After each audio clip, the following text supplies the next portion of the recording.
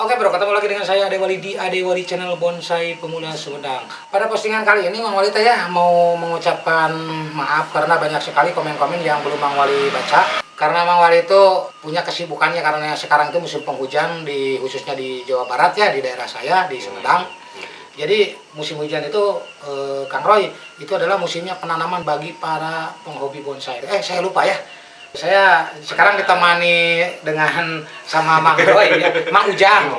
Ya, Mang Ujang nih. Kebetulan kalau di bonsai itu kan malam-malam seperti ini kita lagi punya kegiatan, ada yang main. Seperti yang Mang Wali katakan atau ucapan di awal, jadi Mang Wali minta maaf. Dan sekalian pada postingan-postingan sekarang ke depan itu saya akan lebih membahas pertanyaan-pertanyaan dari rekan-rekan pemula seputar bonsai, Mang Ujang. Dan wayahnya ya karena kebetulan ya lupa kopi dulu tas dulu kopi hitam semangatku ya. Mantap ya, terasa lebih berdegong.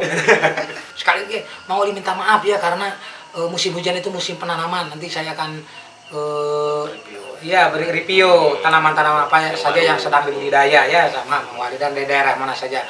Kebetulan beberapa lahan telah dibuka ya, ada dua lahan Mang Wali buka. Nah sekarang Mang Roy, saya tuh lagi senang sebetulnya ya menanam-nanam. Jadi bukan berarti tidak upload, tidak main bonsai ya. Gitu. Ini buktinya nih. Sekarang dia jajar-jajar. Ini teh pohon akar beringin. Kemarin kebetulan repotting. Mang Roy repotting. Terus sayangnya kalau dibuang sayang gitu, ada paribasa ya. Serius tuh Mang? Iya. Mang, kenapa ini kasih plastik ini sambung-sambung ini biar? Nah, ini kan di dunia ini Mang Roy seperti ini.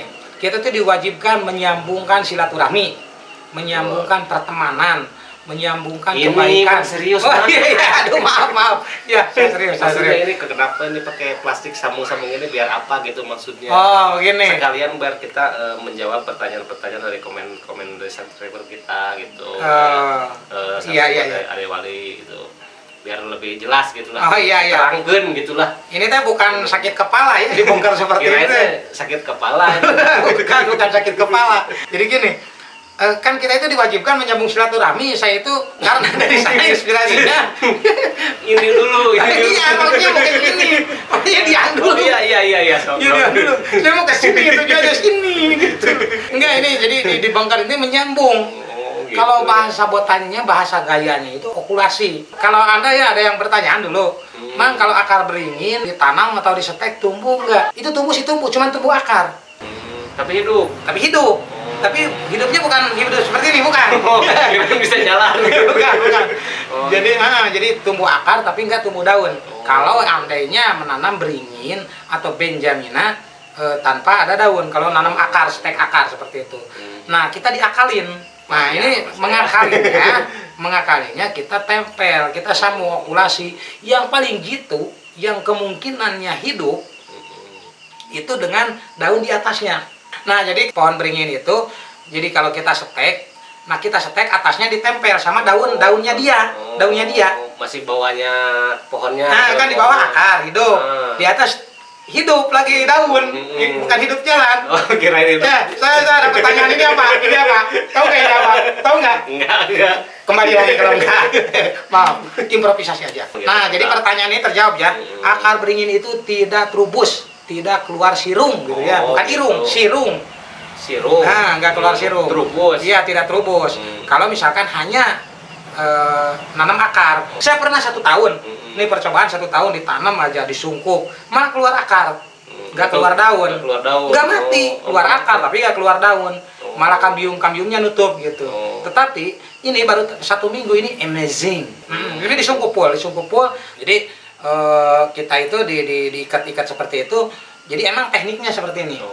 Teknik. Jadi kalau misalkan diikat seperti ini, jadi dia saling menekan. Ketika saling menekan, yang bawah tumbuh, yang atas tumbuh, jadi dia itu nempel. Akhirnya dia memberikan kehidupan yang atas. Jadi yang bawah itu memberikan kehidupan yang atas. Dan yang atas itu seharusnya memberikan keindahan pada yang bawah gitu. Betul nggak? Betul. Ketika yang atas itu tumbuh dengan baik, dia memberikan keindahan pada yang bawah. ih kalau lihat pohon di bawahnya kuat ya, rahayatnya kuat gitu. Ya jadi kesana ya. Ya, serius. Ya itu mah cuma perumpamaan bonsai aja. Saking cintanya Mang Wali pada bonsai. Ya, jadi diibaratkan seperti itu. Mantap ya? Mantap. Jadi saling melengkapi lah, disambung diokulasi. Intinya akar beringin di setek itu nggak tumbuh kecuali ditempel. Yang paling jitu, yang paling bagus itu kemungkinan hidup. Dahannya ngambilnya yang muda, dari yang atas pohonnya akarnya ini. Oh, pucuk. Iya, pucuknya ini. Wah, udah Mang, ini udah paham nih. Ini kita baca dulu komen ya. Iya. Ini ada komenan dari Niknok. Wih, Niknok. Salam satu hobi, Kang Niknok. Kang Niknok. Iya. Subscribe reporternya lucu. Makasih. Katanya. Ya, makasih Kang Niknok telah subscribe. Suasananya kayak mantap. Terima kasih. Salam satu hobi. Jangan lupa ya yang lain Terus subscribe ya. ada lagi dari Dana Sujana. Oh, Kang Dana, salam satu hobi gimana? Kang, tiasa nyung ke nomor HP-na. Iya, nanti dikirimin. Ini ada pertanyaan dari Isbianto. Kang Isbi.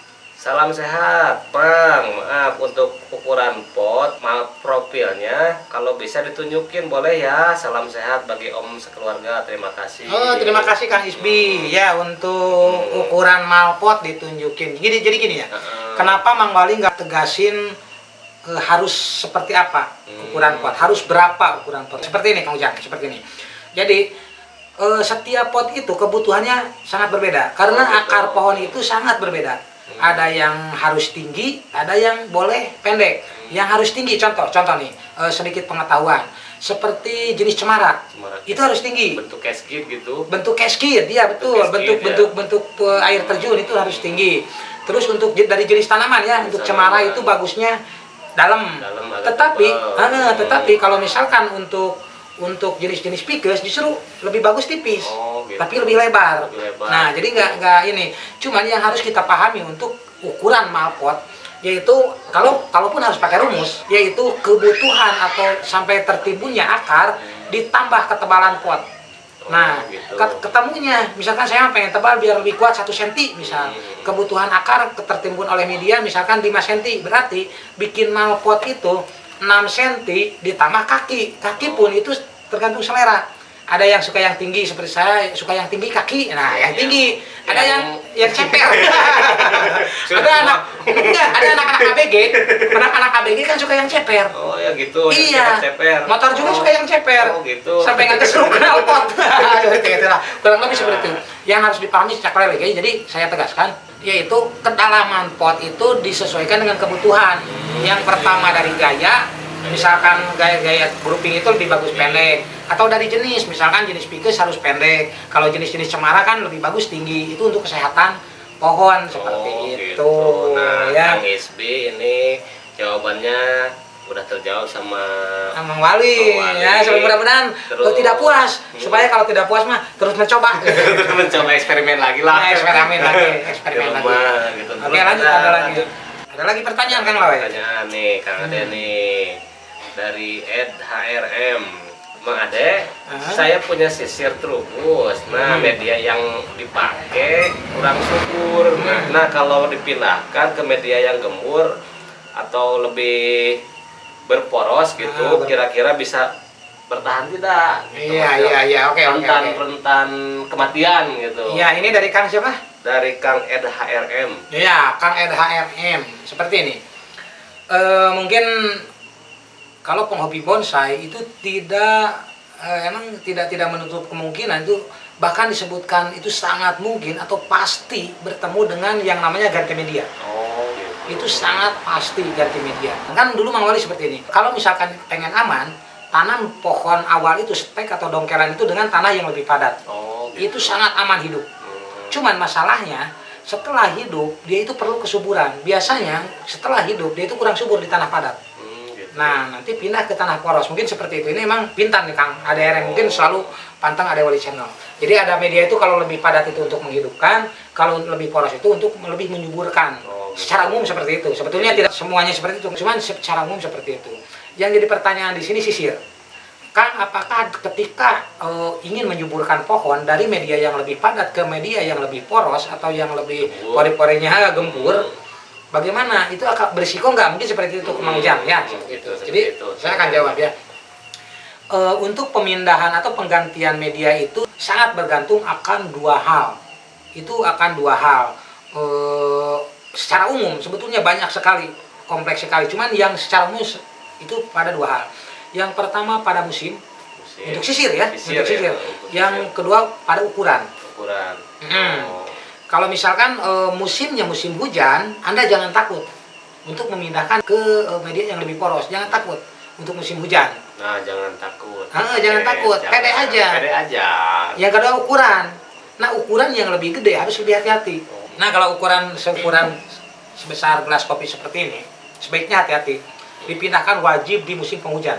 Oh gitu ya. Jangan memindahkan musim kemarau. Ini sangat berisiko. Kalau misalkan yang ukuran segede-gede Stang motor, sebesar ibu jari kita itu aman. Itu aman. Aman walaupun di musim kemarau. Tapi kalau misalkan yang udah gede, yang pertama tadi kan dua hal. Yang pertama itu perhatikan musim.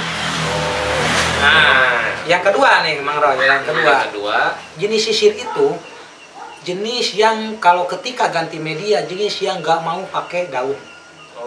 Apalagi pemindahan pertama, penggantian media pertama. Kan itu teh sering ganti media sekali 6 bulan, ganti lagi 6 bulan. Semakin sering mungkin semakin bertahan. Tapi untuk yang pemindahan pertama itu jangan sekali-kali pakai daun. Jadi harus gundul. Iya, seperti siapa ya yang gundul? Mitisen. Jadi buangin daunnya. Jangan terlalu panjang dadanya. Dibuangin daunnya. Jadi yang itu bisa, itu sangat aman ketika memperhatikan yang pertama musim, yang kedua harus dicukur. Kalau musim itu dengan catatan kalau gede. Ini buat pemindahan yang untuk jenis sisir ya? Iya, sisir khusus untuk jenis sisir. Ini pertanyaannya sisir. Kalau ada pertanyaan lain kita akan jawab juga. Siap. Oke, Nah, ada lagi pertanyaan Kang Roy? Kang Ed, terima kasih nih udah terjawab sama Mang Ade. Ini ada lagi pertanyaan dari pecinta wisata. Dari Kang pecinta wisata. Dia mah kalau Kang pecinta wisata mah pasti ulin we gaweana teh. Ya, terus komennya gini nih. Waduh, hadir nyimak Kang, saya pisan infonya hatur nuhun. Salam satu hobi, Kang tukang ulin. Lanjut. Kang Ade wisata. Ini ada lagi ngebonsai, dari Kang ngebonsai. Dari Kang Bonsai. Maaf Bang, saya baru nonton kontennya, mau tanya cara menumbuhkan tunas untuk membuat serut mame. Iya, oke, serut mame. Nih. Iya, ini baru nih. Dari Kang siapa ini? Dari Kang ngebonsai. Kang bonsai, bukan sulap, bukan sihir. Ini adalah serut mami, kecil banget dan normally nggak tanggung, langsung dipindahin sama pot ceper. Jadi untuk numbuhin tanaman seperti ini ya, wajib daunnya dibuang. Sama Walaupun seperti sisir. Sama seperti sisir, jangan memakai daun. Jadi dibuangin daunnya. Ini terubus baru sehat sekali. Nah ini dibuang daun, itu yang pertama. Yang kedua perhatikan musim. Perhatikan musim. Serut itu sangat sulit tumbuh di musim kemarau. Walaupun bisa, itu harus disimpan di tempat yang gelap. Gelap. Boleh. Terus disungkup. Berarti jangan kena sinar matahari. Jangan terkena sinar matahari. Anggap aja serut itu pampir. Kalau musim kemarau. Jadi kalau di musim penghujan boleh. Langsung di media yang kecil seperti ini. Yang penting diteduhkan, tetapi harus dijaga kelembaban ini. Suhu mau disungkup mau enggak bebas. Disungkup pun sangat kemungkinan hidup. Yang penting diteduhkan. Yang pertama dari cuaca, musim. Terus yang kedua harus digundulin. Walaupun nggak ada akar sama sekali, tetapi kalau misalkan di musim kemarau, yang pertama itu harus disungkup. Yang kedua harus digelapin, jangan sampai kena sinar matahari, dijamin tumbuh seperti itu. Mungkin kejawab ya. Jadi caranya itu harus memperhatikan musim. Kuncinya tuh, perhatikan musim. Jadi gini, ada satu tips. Jadi untuk penanaman yang paling bagus serut itu, kalau di saya ya, jadi musim hujan itu kan biasanya turun dulu, benar turun, jangan dulu nanam. Terus ada lewat angin barat, cilik. Ada di sini namanya angin barat. Nah ini jangan dulu nanam. Kalau di sini bulan Januari, posisi hujan kedua ini baru nanam, itu sangat bagus. Sangat bagus. Walaupun langsung dinaikkan sama pot ceper seperti ini, itu hidup. Walaupun langsung disimpan nggak diteduhkan itu hidup. Jadi minggu pertama di bulan Januari kalau di Jawa Barat nggak tahu. Pokoknya jadi musim hujan itu biasanya musim hujan sekitar Mungkin 1 bulan. tergantung daerah juga ya. Tergantung daerah. Kalau di Jawa Barat itu Januari minggu pertama, minggu kedua. Oh gitu ya. Nggak tahu kalau di yang lain. Yang penting setelah hujan, biasanya musim hujan kan hujan, terus ada angin, terus hujan lagi, nah hujan yang itu. Oh, hujan kedua mungkin. Nah, hujan, bukan istri kedua, hujan kedua. Jadi kamu tidak cocok dari akhirnya, ampun nih. Maju Ya seperti itu Kang ya, perhatikan musim, mudah sekali. Yang kalau misalkan nggak mau ribet, nggak mau nyungkup atau apapun, yang penting diteduhkan, tanamlah di musim penghujan. Ya seperti itu. Ini Mame. Terjawab sudah. Ada yang Mame nih, ada ini. Ada sampel. Pohon kesayangan. Sampel. Nah, ini pohon kesayangan Mang Roy. Ini udah 2 tahun. Nah, kecil. Mame tuh sebesar apa ya? Kecil nih. Itu nggak boleh. Nggak boleh. Ini sebesar. Kesama. Sama. Nah, pokoknya kecil ya. Pokoknya ini Pokoknya kecil lah. Nih di sini nih. Sebesar ini. Iya. Ya seperti itu. Ini kecil. Nah, ini udah 2 tahun ya di pot kecil terus hidup. Itu serut ya, serut. Tadi menarik pertanyaan untuk serut. Ya oke Mang Roy, supaya nggak terlalu banyak durasi ya, terlalu malam, Mang Wali harus ngarona sekarang ya. Oh gitu, mungkin jadwal. Iya, jadi mungkin seperti itu dulu ya dari Mang Wali. Mudah-mudahan bermanfaat. Kedepannya Mang Wali akan terus berusaha menjawab pertanyaan-pertanyaan dengan gak ada bosan-bosannya gitu. Maafkan kalau kemarin-kemarin Mang Wali nggak sempat posting-posting gitu ya, karena betul-betul sibuk untuk penanaman. Ntar kalau udah terubus-terubus, untuk stek Mang Wali melakukan beberapa percobaan terhadap beberapa jenis tanaman yang sulit hidup. Ternyata di musim hujan hidup, walaupun hanya 50% hidup. Kita akan posting suatu hari nanti gitu ya. Oke Mang Roy, seperti itu dulu ya. Iya. Makasih ya telah nongkrong, dan jangan lupa ngopi nih. Salam satu hobi dari seluruh Indonesia, itu mah sangat puas. Salam satu hobi ya dari Sabang sampai Merauke. Tetap jaga kebersamaan, tetap jaga protokol kesehatan supaya kita tetap sehat dan bisa melanjutkan dunia perbonsaian ini dan memperindah dunia. Oke Mang Roy, seperti itu. Nah, saya Hade Wali dengan Mang Ujang mengucapkan salam satu hobi dan selamat mencoba. Kopi kita.